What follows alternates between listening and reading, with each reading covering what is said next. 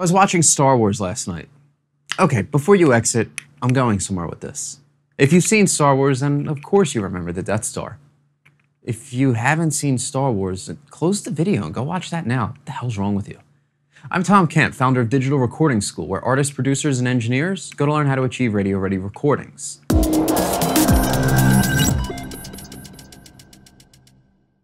So anyway, the Empire spent a buttload of money building this gigantic Death Star, this floating space station that was the ultimate machine and tool needed to rule the universe. And we all have something in common with the Empire. We're attracted to cool, shiny toys. I dreamed of owning an SSL console for decades. So many great mixes were done by some of my mix heroes like Chris Lord Alge, Bob Clearmountain. The list goes on and on. Then I finally got a chance to mix a few records on a couple of different SSL consoles. I'm not gonna lie to you, it was awesome. Like really, really cool. But did it make my mixes any better? Barely. Certainly not a few $100,000 better.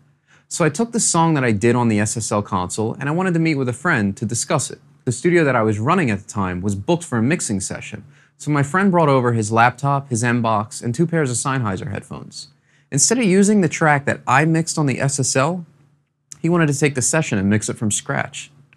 I laughed at him. Yeah, right. You think you're gonna mix this better using your stock plugins, a subpar converter like a first generation M-Box, no analog gear that was available to me on my mix, no console, and no reference monitors? But he did. His mix crushed mine. But back to the Star Wars reference. The Death Star was destroyed because a lone soldier, with a pretty kick-ass mentor like Obi-Wan, was focused on defeating the Empire and exploited a weakness. The entire space station could be destroyed by shooting a single missile into a vent. Now that multi-million-dollar, top-of-the-line space station is completely useless because of an engineering error. So when I asked my friend why his mix killed mine when I had all the tools that I needed at my disposal, he responded cockily, "It's because I'm better than you. I'm a mixing Jedi." We laughed, but he was 100% right. The tools don't make the mix. The engineer does. All the time.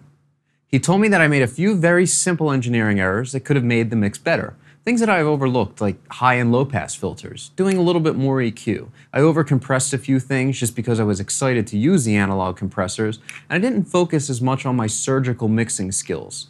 Naturally, I oversaturated every element of my mix because I was excited to use the real thing. An M-Box is way better than an SSL duality with the right engineer behind the session. I was so glad that this happened to me. It was humbling and a turning point in my career. I began to take responsibility for my work instead of placing the blame on my tools. I hope that this tip finds you well. Be sure to subscribe to digitalrecordingschool.com for updates and more tips. And remember, you're only one song away.